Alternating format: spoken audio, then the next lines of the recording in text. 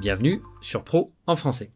Dans ce podcast, tu vas apprendre à parler français avec confiance et naturel, pas de longues règles, pas de théories ennuyeuses, seulement des situations réelles, des phrases utiles et un objectif simple, parler comme un pro. Aujourd'hui, on commence par quelque chose de fondamental. Se présenter, tu l'as être déjà fait des dizaines de fois, mais est-ce que tu le fais de manière fluide, naturelle, adaptée à chaque situation? Imagine, tu arrives dans un entretien, on te dit « Présentez-vous s'il vous plaît ». Tu stresses, tu bloques, tu cherches tes mots. Au pire, tu récites un texte appris par cœur, et pourtant, te présenter, c'est ta propre vie. Pour parler de toi avec aisance, tu n'as pas besoin de mots compliqués. Tu as besoin de 3 éléments simples. Ce que tu fais actuellement, ce que tu as fait avant, ce que tu veux faire après. Exemple simple et clair. Bonjour, je m'appelle Laïla, j'ai 28 ans, je travaille dans la gestion de projet. Avant ça, j'ai fait des études en communication. Et maintenant, je cherche à évoluer vers un poste plus international. 3 phrases, c'est fluide, pas besoin d'en dire plus. Exemple 2 plus personnel, plus naturel. Moi, c'est Sofiane. Je suis arrivé en France il y a 2 ans. J'ai commencé par apprendre la langue, puis j'ai suivi une formation en informatique. Aujourd'hui, je cherche un poste en développement web, idéalement dans une petite équipe. Tu remarques, c'est pas parfait, c'est pas scolaire, mais c'est humain, vivant et clair. Ce qu'il faut retenir, pas besoin de tout dire, hein, choisis l'essentiel, préfère les phrases courtes, utilise des connecteurs simples, d'abord, ensuite, maintenant et surtout, parle avec ton rythme à toi. Et justement, après s'être présenté simplement, il faut souvent expliquer son parcours, ce qu'on a étudié, ce qu'on a fait avant, comment on en est arrivé là. C'est une étape importante, surtout dans un contexte professionnel ou administratif. Mais beaucoup de gens se perdent à ce moment-là. Ils veulent tout dire. Ils commencent par la fin, reviennent au début, ajoutent trop de détails. Et au final, la personne en face ne comprend pas grand-chose. Pour parler de ton parcours de façon claire, tu peux imaginer une ligne du temps. Commence par une phrase d'introduction courte. J'ai commencé mes études où j'ai d'abord travaillé dans... Ensuite, avance étape par étape, en suivant un ordre chronologique. Utilise des mots simples comme ensuite, après ça, depuis, pendant 2 ans, actuellement. Par exemple, après mon bac, j'ai fait une licence en économie. Ensuite, j'ai travaillé pendant 1 an dans une banque. Et depuis 2022, je suis assistant commercial dans une PME. C'est clair, fluide, logique. Même si tu as changé de domaine ou fait une pause, tu peux l'expliquer naturellement. Tu n'as pas besoin de te justifier, juste d'être honnête et positif.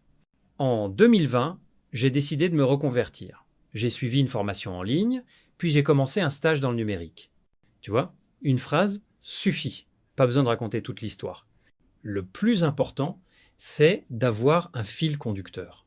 Pas forcément parfait, mais cohérent. Et de parler avec ta voix, ton rythme et ta vérité. Parce que ce que tu dis doit sonner juste, pas scolaire, pas récité, juste vrai. Et une fois que tu as parlé de toi, il ne suffit pas de t'arrêter. Pour que la conversation continue, il faut poser des questions, montrer que tu t'intéresses à l'autre. C'est ça, une vraie discussion.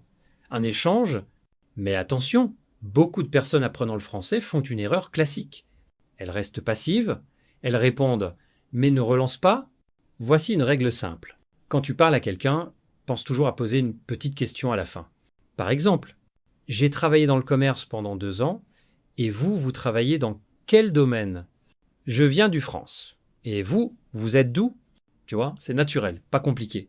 Mais ça montre que tu veux créer du lien. Voici quelques questions utiles et simples à utiliser dans n'importe quelle conversation. Et vous, depuis combien de temps vous êtes ici ? Qu'est-ce qui vous a amené dans ce secteur ? Vous aimez ce que vous faites ? Vous connaissez un peu mon pays ? Comment vous avez appris le français ? Toutes ces questions sont faciles à poser et elles ouvrent la discussion. Et si tu ne sais pas quoi dire, tu peux toujours utiliser une phrase d'intérêt général comme « C'est intéressant, je ne connaissais pas ça. » »« Ah, je ne savais pas. » Et ça se passe bien pour vous, ça suffit pour relancer. Et ça aide à garder un bon rythme dans l'échange. Ce qu'il faut retenir, une conversation, c'est donner et demander. Pose des questions simples, naturelles. Utilise ton visage aussi, un sourire, un regard. C'est aussi une façon de parler Et surtout, n'aie pas peur de te tromper. Les gens apprécient toujours l'effort. Et justement, quand tu discutes avec quelqu'un, il y a un moment où on ne parle plus seulement des faits, tu vas devoir dire ce que tu ressens, ce que tu penses, ce que tu aimes ou n'aimes pas. Et ça, c'est pas toujours facile, surtout en langue étrangère. Beaucoup de personnes ont peur de mal dire ou d'être trop direct. Mais en réalité, exprimer une émotion ou une opinion, ça se travaille, et avec quelques phrases simples, tu peux le faire en toute confiance. Commençons par les émotions. Quand tu veux dire ce que tu ressens, utilise des structures comme je suis content de, ça me fait plaisir de, je trouve ça difficile, motivant, stressant. Ça me met en colère quand, par exemple, je suis content d'avoir trouvé cette formation. Ça me stresse quand je dois parler devant plusieurs personnes. Tu vois, pas besoin de vocabulaire compliqué. Ce qui compte, c'est le ton et la sincérité. Maintenant, pour donner ton avis, tu peux utiliser des expressions très utiles comme à mon avis, je pense que, je trouve que, pour moi, c'est important de. Exemple. Je trouve que c'est une bonne idée d'apprendre en écoutant des podcasts. À mon avis, parler tous les jours, même un peu, ça fait vraiment progresser. Conseil. Commence toujours avec des phrases calmes, ouvertes, surtout si tu n'es pas d'accord. Je comprends, mais personnellement, je pense que c'est intéressant, même si je ne suis pas tout à fait d'accord. C'est comme ça que tu peux t'exprimer sans conflit, avec respect. À retenir, exprimer une émotion, c'est dire ce que tu ressens vraiment. Donner une opinion, c'est proposer une idée, pas imposer. Utilise des phrases simples et n'aie pas peur de montrer ta personnalité. Et une autre situation très fréquente, mais souvent stressante, c'est le téléphone. Quand tu dois appeler quelqu'un, ou répondre à un appel en français, ou quand tu as un rendez-vous administratif ou professionnel, et tu dois parler clairement, sans te perdre, le défi ici, tu ne vois pas la personne. Tu dois réagir vite, être poli et aller droit au but. Mais pas de panique. Avec quelques expressions clés, tu peux t'en sortir facilement. D'abord, quand tu décroches ou appelles, tu peux dire simplement « Allô, bonjour, ici Amine à l'appareil. Je vous appelle au sujet de… Est-ce que je suis bien chez… » Exemple. « Bonjour madame, je vous appelle concernant le rendez-vous prévu demain à 14h. C'est clair, calme et direct.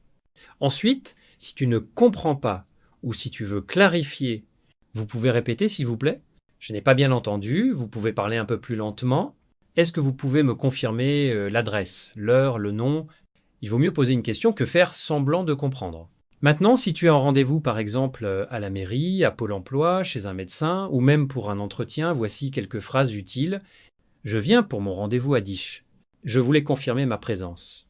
J'ai tous les documents nécessaires avec moi. Je suis ici pour déposer une demande de… Exemple. Bonjour, j'ai rendez-vous avec Madame Durand pour un dossier de titre de séjour. Et surtout, respire, parle calmement. Tu n'as pas besoin d'être parfait. Tu as juste besoin d'être compris et respectueux. À retenir, prépare 2 ou 3 phrases à l'avance avant d'appeler. Ne panique pas si tu ne comprends pas tout. Demande une répétition poliment, sois clair, poli, et souriant même au téléphone, ça s'entend. Mais la vie, ce n'est pas toujours prévu. Même si tu t'exprimes bien, que tout est préparé, il y a des moments où rien ne se passe comme prévu. Tu arrives à ton rendez-vous et c'est pas la bonne date.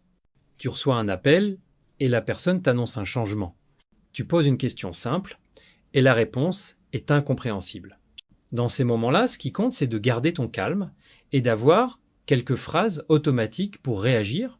Voici des phrases utiles pour gagner du temps quand tu es surpris ou que tu ne comprends pas tout de suite. Pardon, je ne suis pas sûr d'avoir bien compris. Attendez, vous pouvez répéter ça doucement. Ah d'accord, je ne m'y attendais pas. C'est une nouvelle information pour moi. Exemple. Ah, donc le rendez-vous est finalement annulé? Très bien, merci pour l'information. Si c'est un problème technique ou administratif, tu peux dire « Il y a peut être une erreur dans le dossier. Je pense qu'on peut trouver une solution ensemble. Est-ce qu'il y a une autre option possible ?» Exemple. Je comprends que le document manque. Est-ce que je peux vous l'envoyer par mail aujourd'hui? Et si tu es énervé ou déçu, exprime-le, mais toujours avec calme et respect. Je suis un peu surpris par cette réponse. Je pensais que ce serait plus simple. Je suis un peu déçu, mais je vais essayer de m'adapter. Ça montre que tu maîtrises ta frustration et que tu restes ouvert à la communication. À retenir, tu n'es pas obligé de tout comprendre tout de suite. Les phrases tampons te permettent de gagner quelques secondes. L'élégance dans la réaction est un vrai signe de confiance et de maîtrise. Et surtout, reste calme. Le français est une langue, pas un test.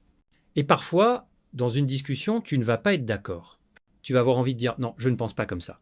Mais comment le faire en français sans paraître agressif? C'est une compétence précieuse, surtout dans le travail, à l'université ou dans une discussion en groupe. Il faut savoir exprimer une opinion forte, défendre une idée, mais avec respect et clarté. Voici une structure simple en 3 étapes. Commence par reconnaître l'opinion de l'autre. Je comprends ce que tu dis. C'est une idée intéressante. Exprime ton désaccord calmement. Mais personnellement, je ne suis pas tout à fait d'accord. Mais pour moi, c'est pas si évident. Propose ton point de vue avec des raisons. Je pense que c'est plus compliqué que ça, car pour moi, il y a d'autres éléments à prendre en compte. Exemple. C'est vrai que le travail à distance a beaucoup d'avantages, mais pour moi, ça isole les gens. Je pense qu'on a besoin de contacts réels pour garder une bonne dynamique.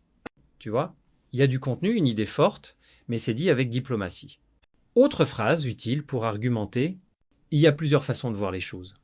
Je respecte ton avis, mais j'aimerais ajouter quelque chose. Tu n'es pas d'accord? C'est intéressant, dis-moi pourquoi. Et surtout, n'interromps pas. Écoute. Puis exprime-toi avec calme. À retenir, tu peux être ferme sans être agressif. Les connecteurs logiques aident à structurer ton idée. L'élégance dans le désaccord est une vraie force dans un dialogue. Et si tu te trompes de mots, c'est pas grave, c'est l'intention qui compte. Et une bonne conversation, ça se termine bien. Savoir clôturer un échange, c'est aussi important que bien le commencer. Que ce soit dans un rendez-vous, une réunion, un appel ou même une conversation informelle, il faut laisser une bonne impression. C'est un signe de respect, de confiance, et parfois, ça donne envie à l'autre de te recontacter. D'abord, si tu veux terminer poliment, sans brusquer, tu peux dire « Je vais devoir y aller, mais c'était un plaisir d'échanger avec vous. Merci beaucoup pour votre temps, pour cette conversation. Je suis content d'avoir eu cet échange. » Exemple, merci encore pour vos explications. Je vais réfléchir à tout ça et je vous recontacte si besoin. C'est professionnel, simple, efficace. Ensuite, si tu veux laisser la porte ouverte pour la suite, on peut se tenir au courant. N'hésitez pas à m'envoyer un message si besoin. Je suis disponible si vous avez d'autres questions. Et bien sûr, pour dire au revoir, bonne journée, bonne soirée à vous. À bientôt, j'espère. Au plaisir de vous revoir. Exemple final. Je crois qu'on a fait le tour. Merci pour cette discussion, c'était vraiment enrichissant. Je vous souhaite une excellente continuation. Tu entends le ton?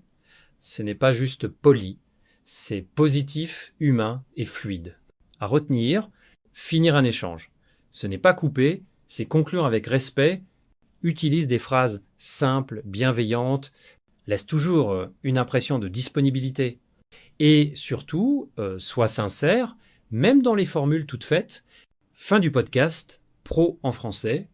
Félicitations si tu as suivi les 8 parties. Tu as maintenant des clés concrètes pour parler français avec plus de fluidité, de naturel et de confiance. Tu viens de suivre un parcours complet pour améliorer ton expression orale en français. Tu as appris à structurer ton discours, à poser les bonnes questions, à exprimer tes idées, à gérer des situations concrètes et surtout à parler avec plus de clarté, de confiance et de naturel. Mais n'oublie pas, la régularité vaut plus que la perfection. Chaque mot prononcé est un pas vers la maîtrise. Et chaque effort compte. Si ce podcast t'a été utile, pense à t'abonner, à liker et à partager. Et surtout, continue à t'exposer au français, chaque jour un peu, car la fluidité se construit avec la pratique, pas avec la peur. À très bientôt sur Pro en français, où l'on apprend à parler comme un pro.